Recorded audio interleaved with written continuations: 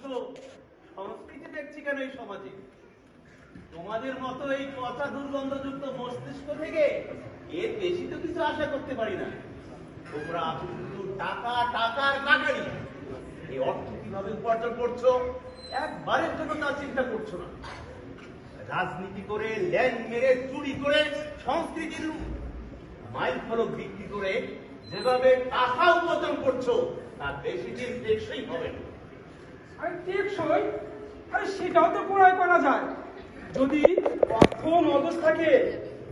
সমাজের যত বড় বড় পাণ্ডব আছে তাদেরকে প্রজেক্ট দিয়ে দিবেন আর বলবেন আমার নামে প্রযোজনা করবেন, ভোট দিবেন, ওই পছন্দ লোককে নির্বাচন করবেন।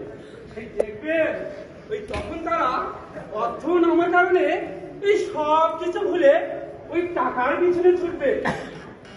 এমনকি যারা মেহনতি মানুষের কথা, পরিবেশ প্রকৃতির পক্ষ হয়ে কথা বলে, ওই তারাও চুপ থাকবে। বরং এই আমার গলায় ফুলের মালা দিয়ে আমাকে সাধুবাদ জানাবে। আর আপনাদের মতো যারা আছে ওই তারা শুধু গলা ফাটাবে।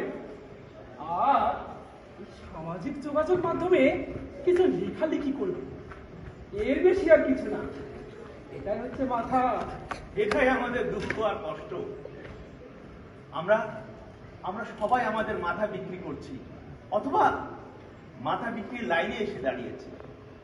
এদের মধ্যে কিছু আছে যারা কখনো তাদের মাথা বিক্রি করে না, করেনি, করবেও না।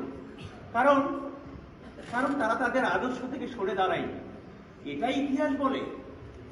যুগ যুগে তোমাদের মতো অনেক এসেছে, কিন্তু কিন্তু সবাই অনুতপ্ত হয়েছে।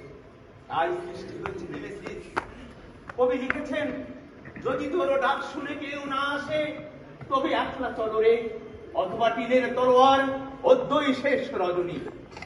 আমি চললাম সেদিনের প্রতীক্ষায়, যেদিন সমাজ থেকে চোর, বাটপার, ধান্দাবাজরা দূর হবে, যেদিন সমাজে থাকবে না মাথা কেনা বেচা, যেদিন সমাজ থেকে আমলাদের দৌরত্ব দূর হবে।